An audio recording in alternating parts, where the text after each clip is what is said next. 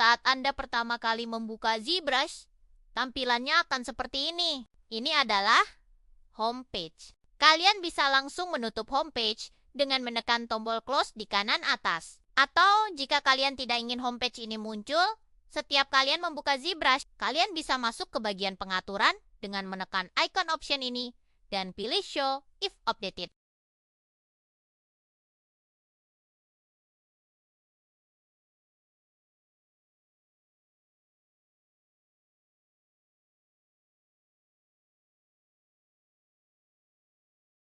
Kemudian, kalian akan disambut dengan jendela Lightbox. Lightbox adalah file manager ZBrush kalian, seperti file project tools, brushes, alpha, and texture. Untuk menutup Lightbox, kalian bisa menekan tombol bertuliskan Lightbox, atau kalian bisa menggunakan shortcut tombol koma. Pada fase ini, kalian belum bisa memahat atau membentuk objek, karena ini masih 2,5 dimensi, bukan 3 dimensi. 2,5 dimensi adalah teknologi dasar ZBrush yang menggabungkan elemen gambar 2 dimensi dengan informasi kedalaman. Dalam istilah teknis, ZBrush tidak hanya menyimpan data warna pada setiap titik di layar atau pixel, tetapi juga menyimpan data kedalaman, material, dan orientasi. Titik ini disebut dengan pixel. ZBrush akan menganggap Anda sedang melukis dengan objek tersebut. Akibatnya, objek akan menempel di kanvas dan Anda tidak bisa memutar atau memahatnya. Untuk membersihkan kanvas, kalian harus membuat dokumen baru dengan cara pilih Dokumen, New Document, atau dengan shortcut Ctrl dan N.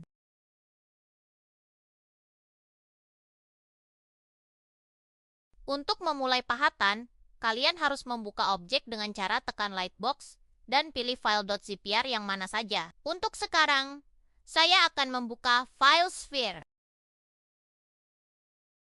Saat filenya sudah terbuka, maka akan langsung masuk ke mode Edit atau 3 dimensi. Di sini kalian sudah bisa memahat objek. Jika kalian mematikan tombol Edit, akan muncul kotak peringatan. Apakah kalian ingin mengubah kembali ke mode 2,5 dimensi? Setelah kalian sudah pada mode edit atau 3 dimensi, yang pertama harus kalian ketahui adalah cara navigasi pada ZBrush. Jika kalian menekan klik kiri mouse ke objek ini, kalian akan memahat objek tersebut. Jika kalian menekan klik kiri mouse dan drag di luar dari objek, kalian dapat memutar kanvas. Untuk zoom in dan zoom out, kalian bisa menekan Ctrl dan klik kanan mouse dan drag. Kalian bisa menekan Alt dan klik kiri mouse dan drag untuk menggeser. Untuk undo, kalian bisa menekan Ctrl dan Z. Dan untuk redo, Ctrl Shift dan Z. Di atas kanvas kalian akan menemukan bar Undo History. Kalian bisa memilih aksi atau perubahan mana yang ingin kalian ulang. Jika objek kalian menghilang dari kanvas, kalian bisa memunculkannya kembali atau memfokuskan kanvas kalian ke objek dengan cara klik tombol frame atau shortcut F pada keyboard. Pada kiri atas layar terdapat brushes atau kuas. Dengan mengklik kotak ini, kalian dapat mengakses brushes pada ZBrush kalian. Atau kalian juga bisa menggunakan shortcut B untuk membukanya. Bisa kalian lihat, ZBrush memiliki banyak brush dengan fungsinya masing-masing. Untungnya, kalian gak perlu pusing menghafal semua brushnya, karena kalian gak bakal pakai semua brush itu. Hanya beberapa brush yang sangat berguna, dan akan sering kalian gunakan nantinya. Setiap brush memiliki shortcut-nya masing-masing. Untuk mengaksesnya, kalian bisa tekan huruf awalan dari nama brush yang kalian ingin gunakan. Contohnya, kalian ingin menggunakan Clay Build-Up Brush. Kalian bisa menekan C pada keyboard atau pada deretan huruf ini, maka ZBrush akan memfilter brush dengan awal C. Lalu kalian bisa lihat huruf atau angka pada kiri atas pada masing-masing brush dan menekannya. Karena saya ingin menggunakan clay build-up brush, jadi saya akan menekan B atau tinggal klik brushnya. Jadi saat kalian ingin menggunakan clay build-up brush, kalian bisa langsung menekan B, C, lalu B. Saat proses memahat kalian membutuhkan pen tablet, sebenarnya kalian juga bisa memahat menggunakan mouse. Tapi dengan menggunakan pen tablet, kalian bisa memudahkan hidup kalian pada saat proses memahat. Karena pada saat kalian memahat, kalian membutuhkan fungsi pen pressure pada pen tablet untuk mengatur kuat lemahnya goresan kalian. Jika kalian menggunakan mouse, kalian harus mengatur pressure brush-nya secara manual, dan itu sangat merepotkan. Kemudian dengan menekan Alt sambil memahat objek, maka brush yang kalian gunakan akan berfungsi sebaliknya. Seperti pada clay build-up ini, kalian akan memahat keluar pada setting default, dan akan memahat ke dalam saat kalian menekan Alt. Selanjutnya, dengan menekan dan menahan shift, brush kalian akan langsung berubah menjadi smooth brush.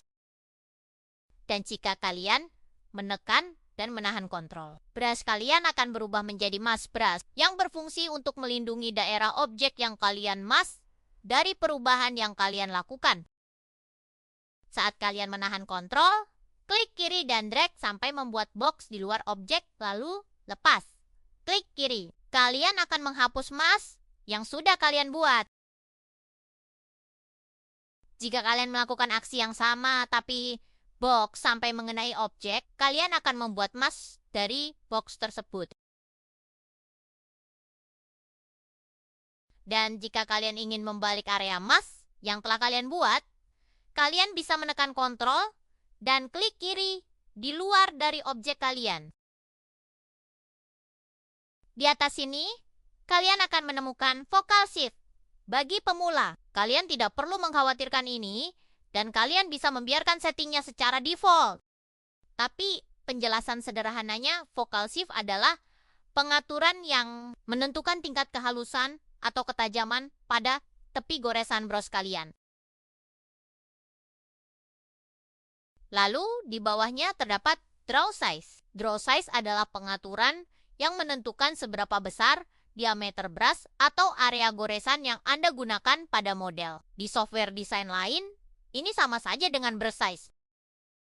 Untuk mengaksesnya, kalian tidak perlu repot-repot menarik slider di atas. Kalian bisa dengan mudah memunculkan fungsi ini dengan menekan shortcut S pada keyboard.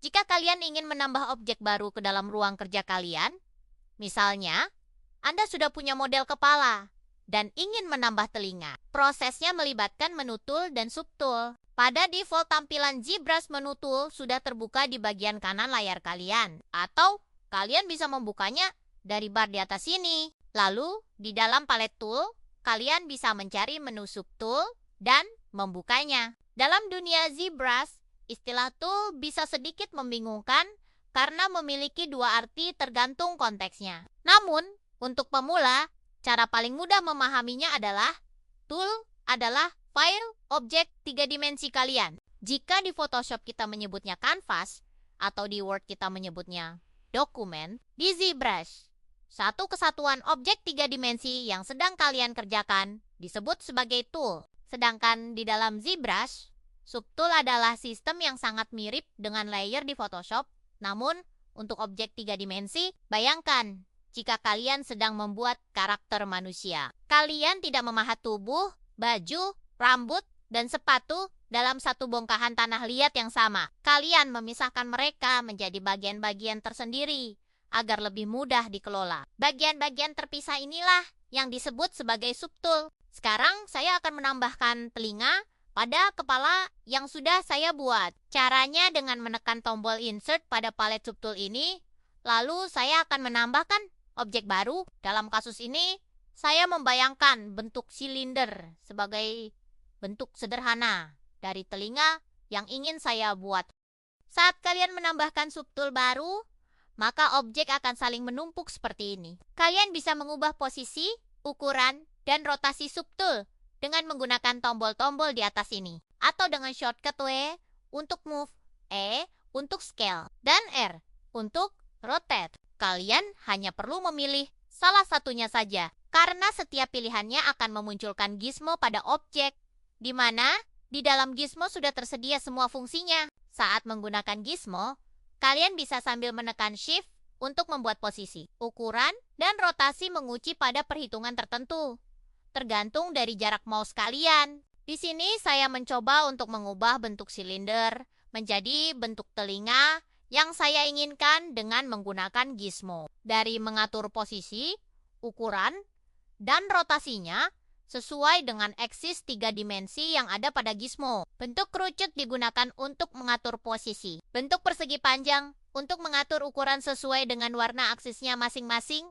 Kotak kuning di tengah untuk ukuran dari semua aksis, dan lingkaran untuk rotasinya. Untuk kembali ke mode memahat, kalian bisa menekan tombol Draw atau dengan shortcut key. Subtool yang aktif akan berwarna lebih terang dari subtool yang lain. Atau kalian bisa lihat pada palet subtool yang aktif, warna pada namanya akan berbeda dari yang lain. Dengan klik kiri pada gambar atau nama subtool, maka kalian akan mengubah subtool aktif kalian. Atau kalian bisa dengan mudah mengganti subtool aktif dengan cara menekan Alt dan klik kiri pada subtool yang ingin kalian pilih. Sekarang anggap kalian sudah selesai membuat mahakarya kalian dan kalian ingin menyimpannya. Kalian bisa menyimpan hasil kerja keras kalian dengan save file kalian di Save As ini atau di Save As ini. Perbedaan save file kalian di Save Tool dan Save Project adalah Save Tool kalian akan hanya menyimpan subtool yang telah kalian buat saja tanpa menyimpan perubahan yang lain, jadi filenya akan menjadi lebih ringan. Sedangkan jika kalian menyimpannya di Save Project, kalian akan menyimpan model, undo history dari semua subtool, sampai dengan pengaturan cahaya yang kalian lakukan. Ini akan membuat filenya menjadi sangat besar. Untuk file project akan ditandai dengan .zpr, sedangkan file tool akan ditandai dengan .ztl. Karena saya hanya butuh save subtoolnya saja, jadi saya akan menggunakan save tool. Kemudian pilih lokasi dan nama filenya, terserah kalian. Lalu tekan save.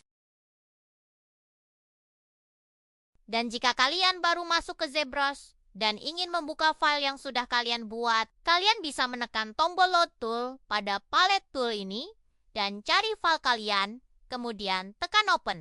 Langkah selanjutnya yang harus kalian lakukan adalah, apabila di kanvas kalian terdapat objek, kalian bisa membersihkannya terlebih dahulu dengan New Document, atau Ctrl dan N. Dan jika kalian lihat kotak ini berisikan file kalian, maka tandanya file yang ingin kalian buka sudah aktif dan siap ditaruh di kanvas. Dengan cara klik kiri pada kanvas dan drag lalu lepas. Setelah objek kalian sudah muncul, hal pertama yang harus kalian lakukan adalah langsung menekan tombol Edit atau shortcut P